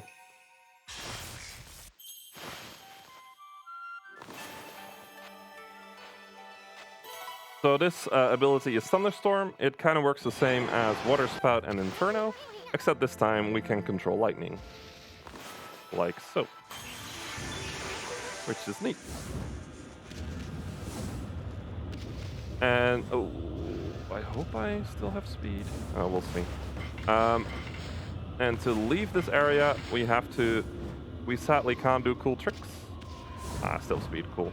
We have to do it like, kind of brute force. We're gonna go out of bounds. And this entire area is just slopes. And slopes have the property of like just pushing you off the whole time. Which is kind of annoying, but if you can jump right as you land, you get what we call green hopping, and it basically allows you to not lose any of the height you would usually lose from slopes. And right there's the dragon already. If I failed the origin warp, I would have done this bit in reverse. Well, technically this is doing it in reverse, but this is the way to get back out. Ooh. Damn. I slid off a little bit too early there, so I have to do a KT to get back in bounds. Or 2 KTs.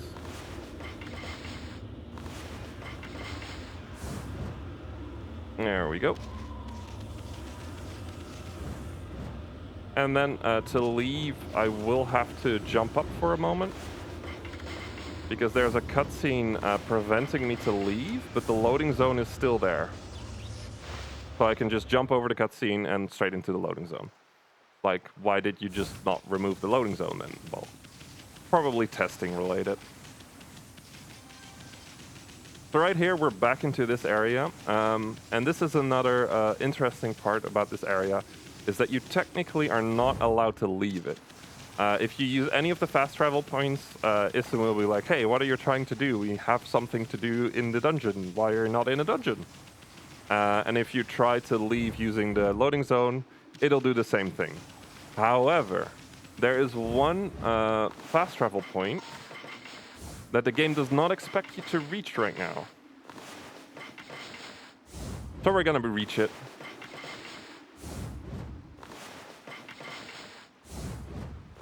It's a little bit high up, and it's surrounded by a mountainous area. And this specific mountainous area makes it so you're not able to jump. So I need to make sure that I have enough height before going above that mountainous area.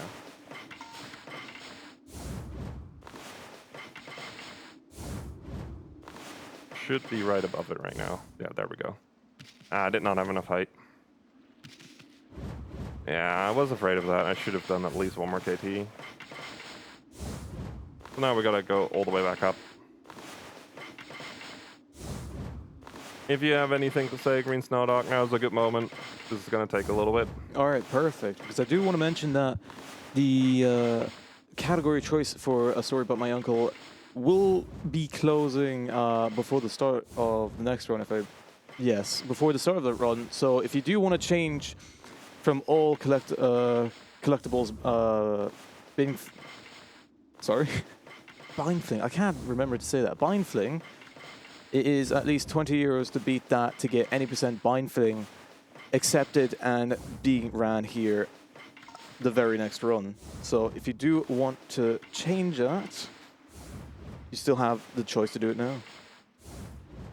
Cool, cool. There we go. I overdid it this time to make sure I reached it. But there we go. This is a fast travel point that is somehow not protected from Issen's Wrath. And using it, we're going to go to Shinshu Field. So there's another entry into Shinshu Field, but that one technically only opens if we defeat the boss of the previous dungeon. The loading zone, however, is already there. So we're going to be using a very cool little trick to get out of bounds. And it uses this little waterfall. So we're going to be drawing a lily pad. And then right on the edge, we're going to draw another lily pad. And for some reason, the lily pad right at the end of the waterfall will shoot up like that. And by walking with the lily pad, we're going to be doing the same thing as we did clipping into the sunken ship. However, it can be a little bit finicky. And that one does not want to leave.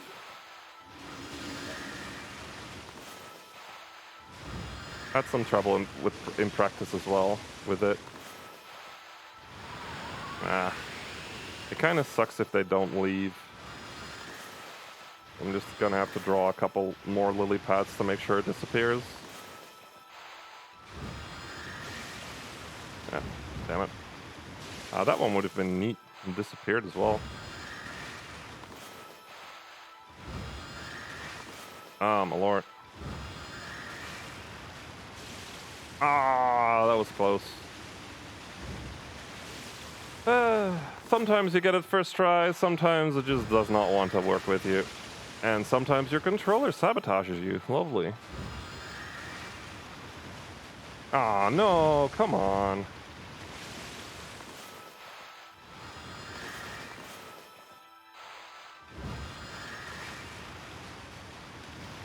Okay, I'm obviously doing something wrong. A little bit more on the tip. There we go, that was it.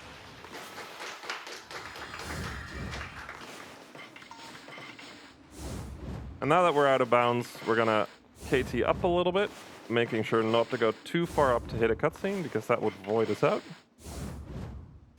And we're gonna navigate our way to the loading zone. Now below me currently there should be water, but we're actually too high up for that to matter.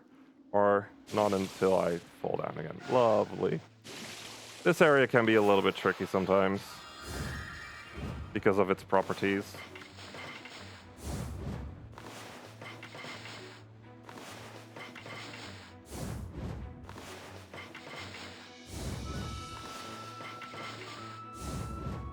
So I do need to stay careful because I could clip back in bounds, which is something I don't want to be doing. Or that happens. So that was the cutscene I was talking about. I tried to go a little bit higher. Yeah, I'm just gonna have to void out. There's no way I can save this. Sadly, voiding out means I have to do the lily pad trick again. That went well last time. This time I kind of know what I did wrong, so that's fine.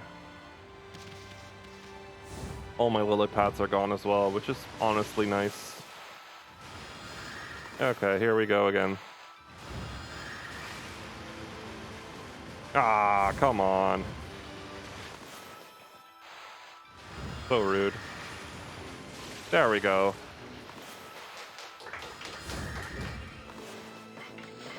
It is such a funny trick. I love it.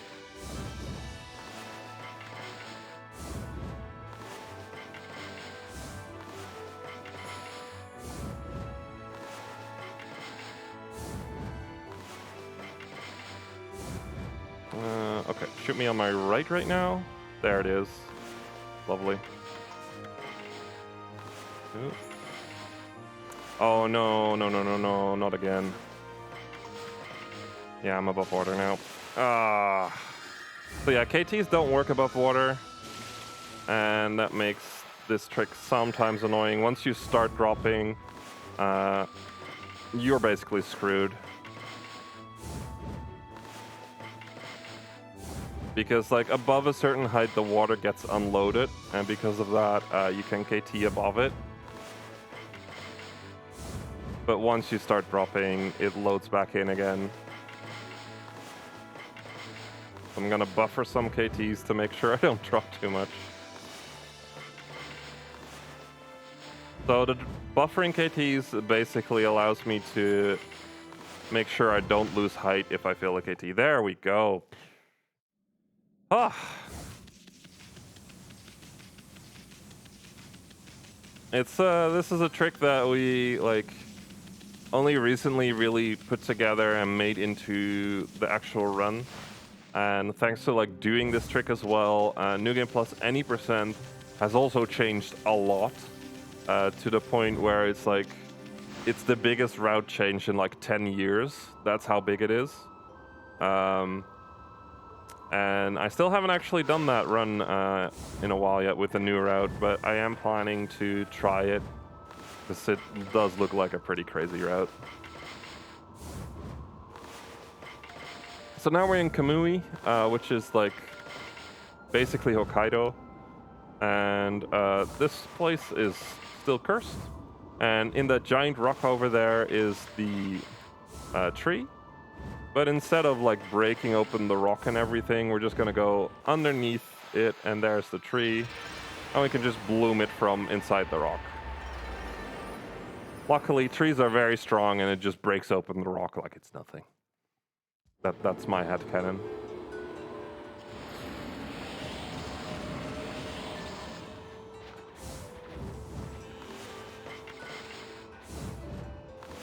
So right here is a fight, and we're just gonna KT over it, like so.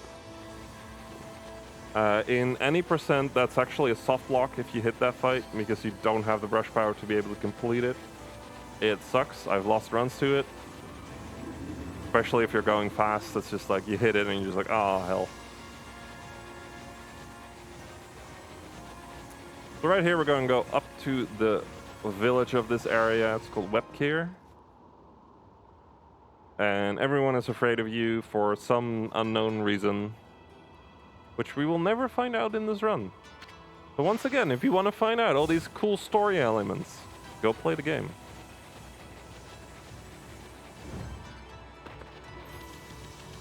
And in case you have already played the game, good for you. Hope you enjoyed it.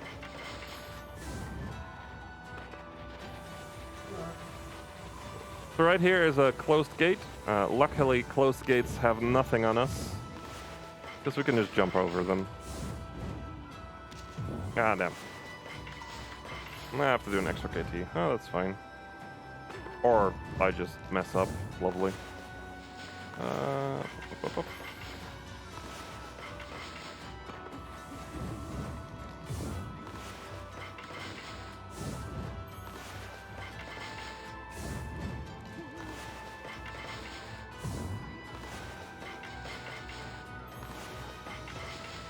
Oh, you kidding me? Wow, I didn't know my KTs were gonna be this bad today. Oh my lord. I'm usually pretty good, but it's been a bit hit and miss right now.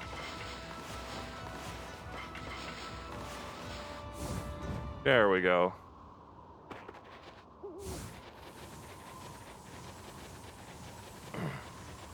That actually means that I'm probably gonna finish somewhere around my estimate rather than way below it. The estimate I put in was like made a long time ago before I optimized this one a bit further, so should be fine now. So right here we're gonna go out of bounds again, and we're gonna be doing another trick that I did a long time ago. I'm gonna position myself very carefully, a little bit more forward. That should be fine. And land right into this house. And this house is at the top of this area, so this skips about 2 minutes of walking, which is worth it, in my opinion. because this is one of the few areas in this entire game that does not have music, which is really annoying. Because there's so much good music and then it's just quiet, and it's 2 minutes of quiet is a bit annoying. We're gonna go straight into this this dungeon. This is called the Wauku Shrine. It's got some like time elements going on with it. It's got some really cool bosses that we are literally never going to see in this run. So again, if you want to find out what the bosses are, you have to play the game. Although this is very much end game, so you might not even see this if you bounce off the game, but that's fine. So this is the Wauku Shrine, and we're gonna go KT straight to the top. This is gonna take about 12 KTs if I do everything right. Let's hope I don't drop as much as I have been doing. So this is like part of the longer New Game Plus categories. It's like attrition. You have to do so many KTs for such a long amount of time that you eventually start making mistakes at the end, or you just have sections of KTs that go badly. Which makes this honestly a very fun kind of run, in my opinion. I kind of like it for that reason. There are some runners that don't really want to optimize it as much as I try to do, which is fair.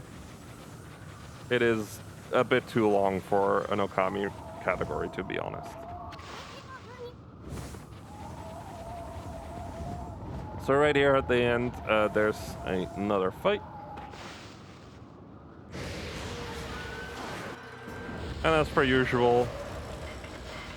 Oh, that's the wrong item. The fight is already over. I need to get to the other side of the arena. There we go. So right here is a very weird apparatus. And we're gonna break it open to get the horn that you see over there inside the cursed bit. And by breaking free the horn, we get our final brush power. And this is called Blizzard. It basically allows us to do the same thing as Water Spout, except this time with ice. So we can freeze stuff. Or get frozen ourselves. Lovely. And that's all we need from this dungeon. You might also notice that suddenly the weapon on my back has changed. Once you get your final brush power, you basically get a special weapon. Does not even need to be your final brush power, but it always works out that way.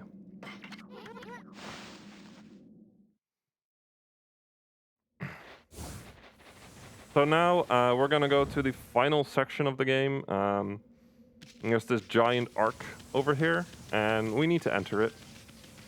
Now, usually the way to do it is to beat the boss at the end of the previous dungeon, and then it will float up and allow you to enter it that way.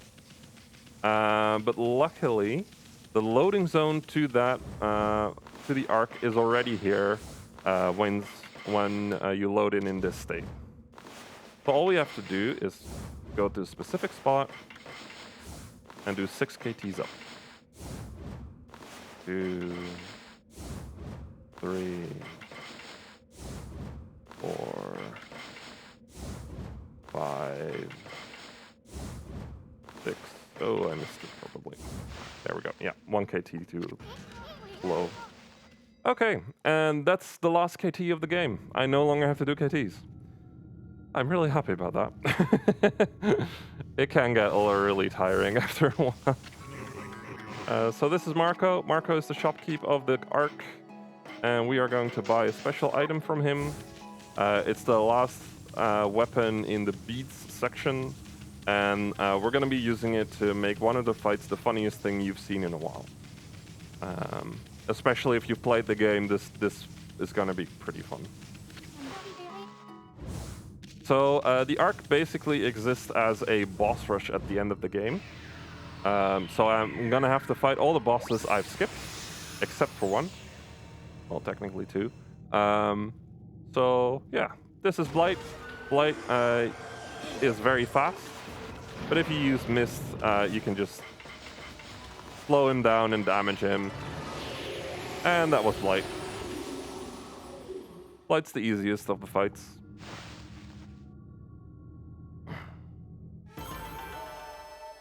Here we go.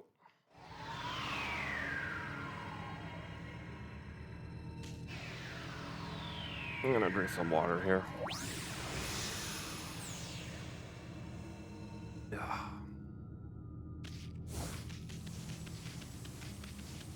So in the arc between every boss fight, you have quite a lot of downtime. This is a little bit boring, especially like after the hypeness of like doing your final KTs and everything is going right, you know, and then you're just in the arc and just the hype just dies down so quickly. But right here is what I would consider the final run killer. This is going to be Orochi. There's a very specific movement pattern I'm going to be doing, which allows me to do 3 heads at the same time. Usually you can only really hit 1 head at a time. But if you get Earth over here to attack you, and just let it continue its attack, and just let it lie down there, you can get other heads to attack you at the same time. And then you get all 3 heads to shout at the same time, you pour in some sake, and you try to get them drunk. Because that's how you fight this boss. Well, let's do that again.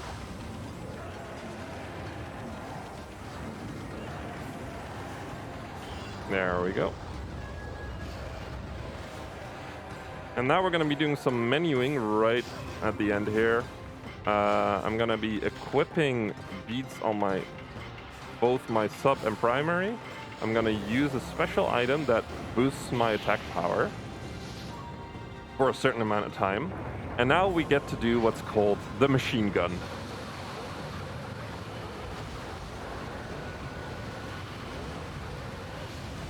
Yeah. There we go. That's the machine gun. This is a pretty recent route change. We used to have to hit 1 head at a time, but this is faster and more fun. And it actually also speeds up fights later on in the arc as well, which is really nice.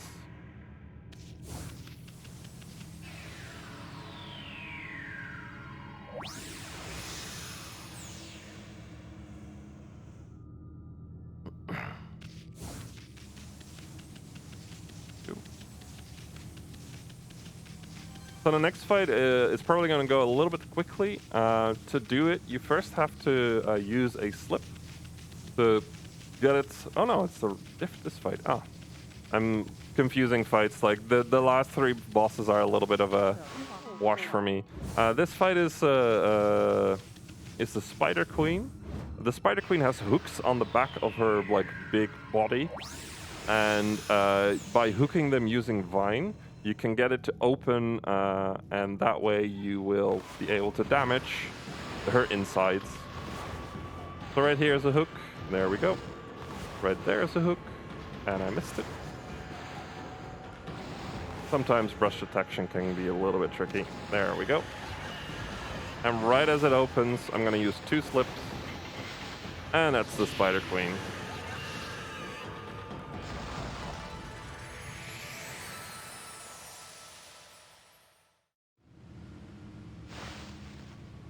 There we go. If you have a quick plug, you can put it in right now.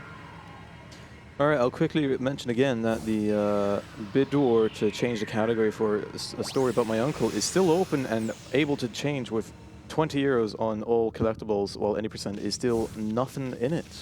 So any quick changes and donations can change that. Cool beans. Cool beans. Beans are cool. Anyway, for our next fight, we're gonna fight Crimson Helm. Crimson Helm is a very quick fight. Basically, I use a slip to get its armor off, then I have to use a Gilstorm to get its flames to go away, and then I just shoot it to death. That's how it works. Because once again, we have the machine gun. So right here, use a slip. Just Skill Storm and start shooting. There you go. That was kinnin11. Now I'm positioning myself to get right next to the warp zone to get out. All the warp zones are like in specific spots, and I believe it's like a different spot for every arena. But you kind of learn where that spot is and just walk right into it. You cannot like stand on top of the warp zone because then it won't trigger. So you have to be actually in front of it. And once again, if you've got something quick, you can do it right now. Sure thing. We have a 10-euro donation from Eternal Darkness again, saying donating for realistic Kamaric transformation for final boss. Yeah, sure. Let's put it on. It's the worst one. So this Karmic Transformer is, in my opinion, the worst one. But it's also the coolest one because it kind of shows you the development of the game. So as you can see, this is realistic Ami. Back when they were first designing the game, they wanted to make it very realistic, like a PS2 realistic. And to signify that, they left this Karmic Transformer, which is the original model, in the game, which is neat. So this is Ninetales. Ninetales has like 2 phases, and in this phase you have to hit Ninetales until that specific attack, and then they split in multiple ones. Oh my god. Oh no, I got unlucky. Wow. So usually you can do this in two, how do you call that? In 2 attacks rather than 3, but I got a bit unlucky with one of the spawns because it spawned way too close. And then it gets reabsorbed before you can kill it, which is annoying. And luckily in the second phase you can just kill it. I haven't had that happen in a long time.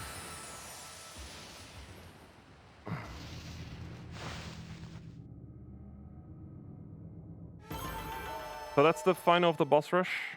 And now we can go to the final boss. It's still gonna take about 5 minutes before we actually finish the run. Final boss is a bit long. Sadly, it's not the good kind of long, it's the bad kind of long. And I'll explain when we get there.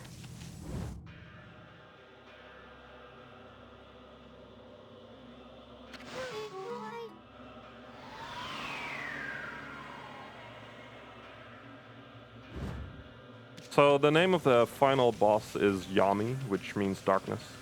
And it's the ultimate evil of the game. It's the spawn of all the monsters. It's the big boss. It's very epic and dangerous and everything.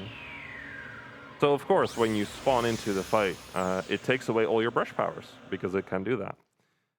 And of course, as well, it takes the form of a giant ball. Because nothing signifies evil like a ball. So this fight kind of works by getting certain damage values in. You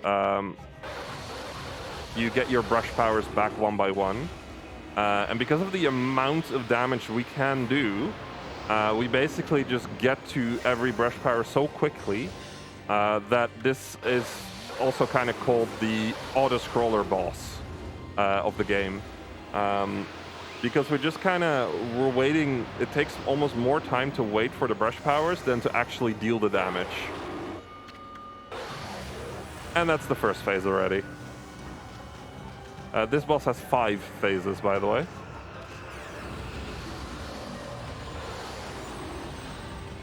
So you deal a certain amount of damage, and you get a new brush power.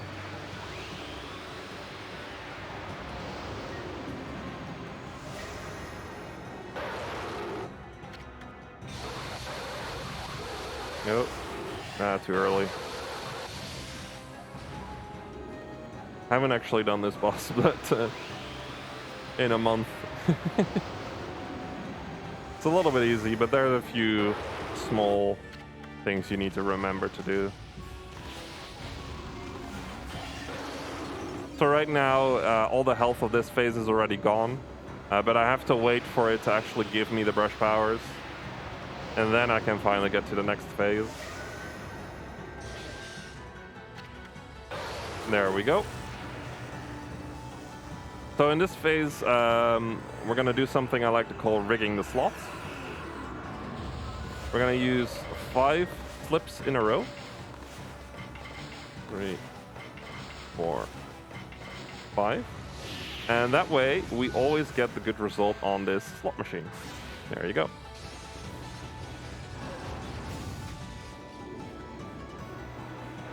Usually the way you can actually damage it is that you send back certain attacks, and it's like really cool and interesting which brush power to use. But yeah, we've got these exorcism slips, and that make this phase just absolutely trivial. There have been some people trying to do like low percent runs of this game, where they have like the first weapon against this boss, and I think it takes like half an hour to complete. It's ridiculous. Someone actually managed to do it start to finish, and I am very impressed by them. They actually like were in the Discord like posting updates and everything, and it was really cool to see how much effort they put in. Anyway, that's the final brush power I need. On to the next phase. So for this phase, again, we're going to be front-loading our flips. We're going to use 6 in a row now.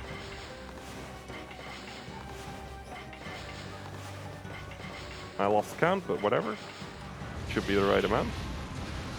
I usually look at the health bar, how far down it is, to know where I need to, how many I've used.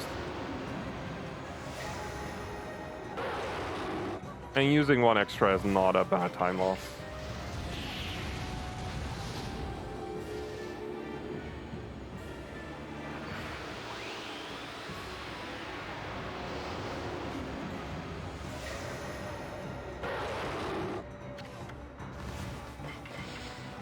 There we go. Just 1 more slip on this last phase, and then on this phase, and then we get to the last phase. The last phase can be over in a flash, so do be ready on time. We're gonna go into the last phase now. So at the start of this last phase, we have to draw the sun to make the darkness go away. And then I have the wrong weapon on. Lovely. I always forget to do that. And time.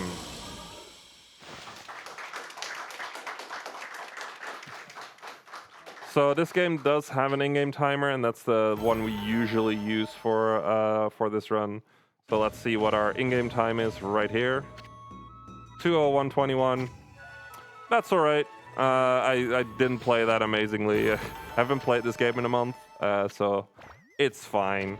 My PB in this is like a 1:53, and it can be a lot faster as well. But yeah, that is Okami New Game Plus all primarily brushes. Quick shoutouts to everyone in the Okami Discord. You all are amazing. The community has been putting in a lot of work to find some amazing tricks and glitches, and we're still finding new ones like every half year or so. We're still rerouting every half year. It's pretty amazing, and I love all of you.